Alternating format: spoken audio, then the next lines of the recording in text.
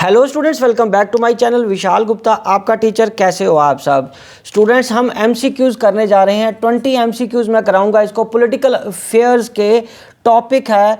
इन political affairs के questions का constitution of India, मतलब कॉन्स्टिट्यूशन ऑफ इंडिया से रिलेटेड जो एमसीक्यूज़ है वो हम करेंगे। तो बच्चों, सबसे पहले जो क्वेश्चन आ रहा है वो आ रहा है, the chief minister of state in India is not eligible to vote in presidential election if he is member of upper house of state legislature.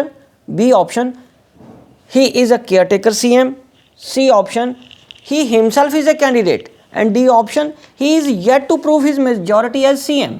तो बच्चों, क्वेश्चन को समझ लगा आपको कि जो मुख्यमंत्री है किसी एक स्टेट का, भारत के किसी भी स्टेट का मुख्यमंत्री है, प्रांत का मुख्यमंत्री है, तो वो प्रांत मतलब किसी स्टेट का मुख्यमंत्री है, वो एलिजिबल नहीं है प्रेसिडेंट के इलेक्शन में वोट करने को यदि वो अपर हाउस का मेंबर है। तो ये upper house of the state legislature, ये उसका मेंबर है, तो वो प्रेसिडेंट के इलेक्शन में वोट नहीं कर सकता है। ठीक है बच्चों, चलो second question, recognition to a political party is accorded by, किसी एक पॉलिटिकल पार्टी को मान्यता कौन देता है? क्या इलेक्शन कमीशन, क्या एक कमेटी ऑफ विप्स, क्या मिनिस्ट्री ऑफ पार्लियामेंट्री अफेयर्स, या D option the speaker of the Lok Sabha? बच्चों, correct answer is election commission. ठीक है जी, चलिए अब हम थर्ड क्वेश्चन की तरफ बढ़ते हैं। Which among of the following is not a part of reform? Electoral reform का मतलब है चुनाव से रिलेटेड जो सुधार हैं, ये इनमें नीचे से कौन सा इसका सुधार नहीं माना जाता?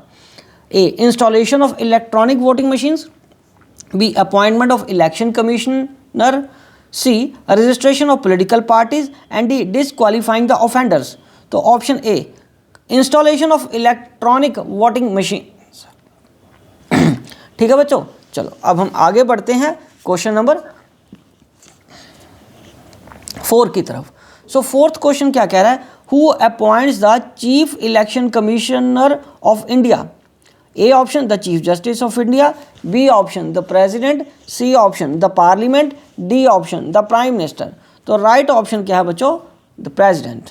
ठीक है जी, चीफ इलेक्शन कमिश्नर की नियुक्ति कौन करते हैं? President of India.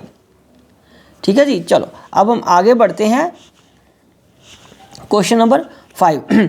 Election of the house of people and the legislative assemblies of state in India are conducted on the basis of a single transferable vote, B proportional representation, C limited suffrage, या D adult franchisee?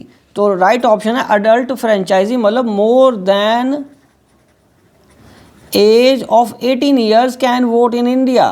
ठीक है बच्चों, चलो अब हम आगे बढ़ते हैं क्वेश्चन नंबर 6 की तरफ। In which year were the first general elections held in India?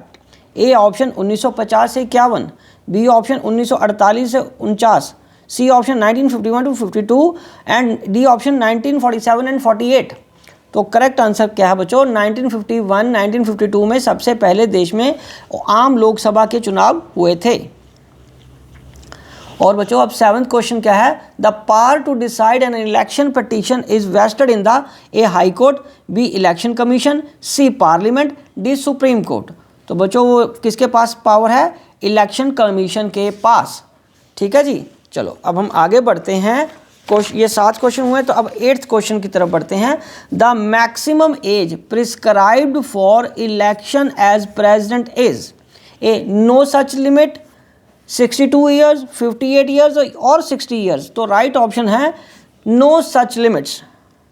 So question number 9th, the election commission doesn't conduct the elections to the A Lok Sabha, B president's election, C Rajya Sabha, D local bodies. So option है local bodies।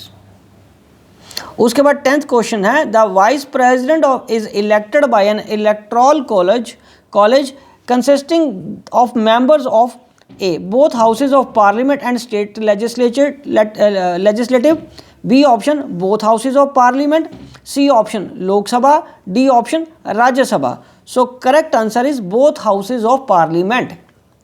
11th question, in India political parties are given recognition by election commission, B speaker of Lok Sabha, C president, D law commission. बच्चों correct answer है election commission. Political parties को recognition कौन देता है? Election commission. ठीक है बच्चों, चलिए अब हम आगे बढ़ते हैं क्वेश्चन नंबर 12 की तरफ।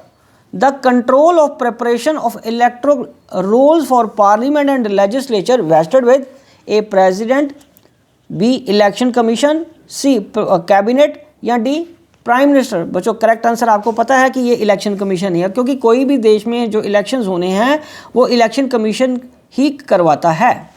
सो question number 13, the president of India can be removed from his office by A parliament, B chief justice of India, C prime minister, D Lok Sabha.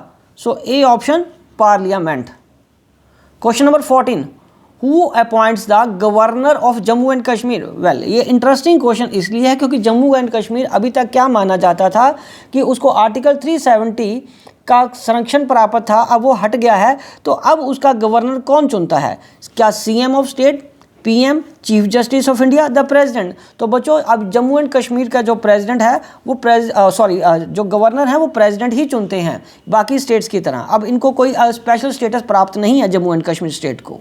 ठीक है जी, चलिए 15th question, the impeachment proceedings against the VP can be initiated only in Lok Sabha, in neither house of the parliament, C in either house of the parliament, only in Rajya Sabha. तो D option क्या है? Only in Rajya Sabha. ठीक है जी, चलो बच्चों अब हम आगे बढ़ते हैं क्वेश्चन नंबर 16 की तरफ। बच्चों क्वेश्चन नंबर 16 क्या कह रहा है? How many types of emergency have been visualised in the constitution of India? कितनी तरह की एमरजेंसीज लगाई जा सकती हैं कॉन्स्टिट्यूशन ऑफ इंडिया के हिसाब से? क्या 4, क्या 3, क्या 1, क्या 2? तो 3 type of emergencies can be there which can be visualised in the constitution of India. ठीक है बच्चों, चलो 17th क्वेश्चन की तरफ बढ़ते हैं। The CM of a UT whenever such a setup exists is appointed by A the lieutenant governor, B the majority party in legislature, C the president, D the prime minister। तो बच्चों right answer क्या है? President. So president is the correct answer कि CM of UT है, कौन appoint करता है? President. CM मतलब चीफ मिनिस्टर किसी यूनियन टेरिटरी के हैं, वो प्रेसिडेंट ही नियुक्त करते हैं। 18th क्वेश्चन बच्चों, the minimum age required for becoming the PM of India is A 30 years, B 35 years, C 40 years, D 25 years. तो राइट ऑप्शन क्या बच्चों? 25 years. 19th question, the Indian president is a titular executive, real executive, C real and titular executive, या D none of this. Titular executive का मतलब आप समझ गए ना कि जो सिर्फ एक टाइटल है एग्जीक्यूटिव होने का, मतलब हेड होने का। अदरवाइज जो हेड हैं देश के वो पार्लियामेंट में जो प्रधानमंत्री हैं वही हेड होते हैं, और ये इनको सिर्फ प्रेसिडेंट को एक टाइटल मिला हुआ है। ठीक है जी, एक टाइटुलर एग्जीक्यूटिव है, वो कोई डिसीजन अपने आप नहीं लेते, जो पार्लियामेंट या कैबिनेट अप्रूव करके भेजती हैं उसी को ही मोहर लगाते हैं। तो इसलिए इनको क्या बोल दिया जाता है? Titular executive. ठीक है जी, he is not president of India is not a real executive. ठीक है जी, so last question 20th, the chairman of the planning commission in India is, chairman कौन होते हैं हमारे देश में जो प्लानिंग कमीशन के हैं? A option president, B option prime minister, C option prime minister, minister of planning. तो बच्चों राइट आंसर हमें पता है क्या है? प्राइम मिनिस्टर चेयरमैन है प्लानिंग कमीशन के। ठीक है बच्चों, तो बच्चों इसी के साथ ये MCQs कंप्लीट होते हैं। ये बहुत ही इंपॉर्टेंट हैं, आप सबको इनके बारे में बहुत जानकारी होनी चाहिए, और ये एक तरह से बिल्कुल लेटेस्ट जानकारी पे मैंने इनको डेवलप किया है ताकि आपके कॉम्पिटिटिव एज को स्ट्रॉन्ग किया जा सके। तो बच्चों इसी के साथ मैं ये वीडियो कंक्लूड करता हूं, और एक बार आपको फिर याद दिलाता हूं कि यदि अभी तक आपने मेरे चैनल को सब्सक्राइब नहीं किया हुआ तो आप मेरे चैनल को सब्सक्राइब ज़रूर कर दीजिए, और बस एक क्लिक ही तो करना है सब्सक्राइब करने के लिए। Wishing you good luck.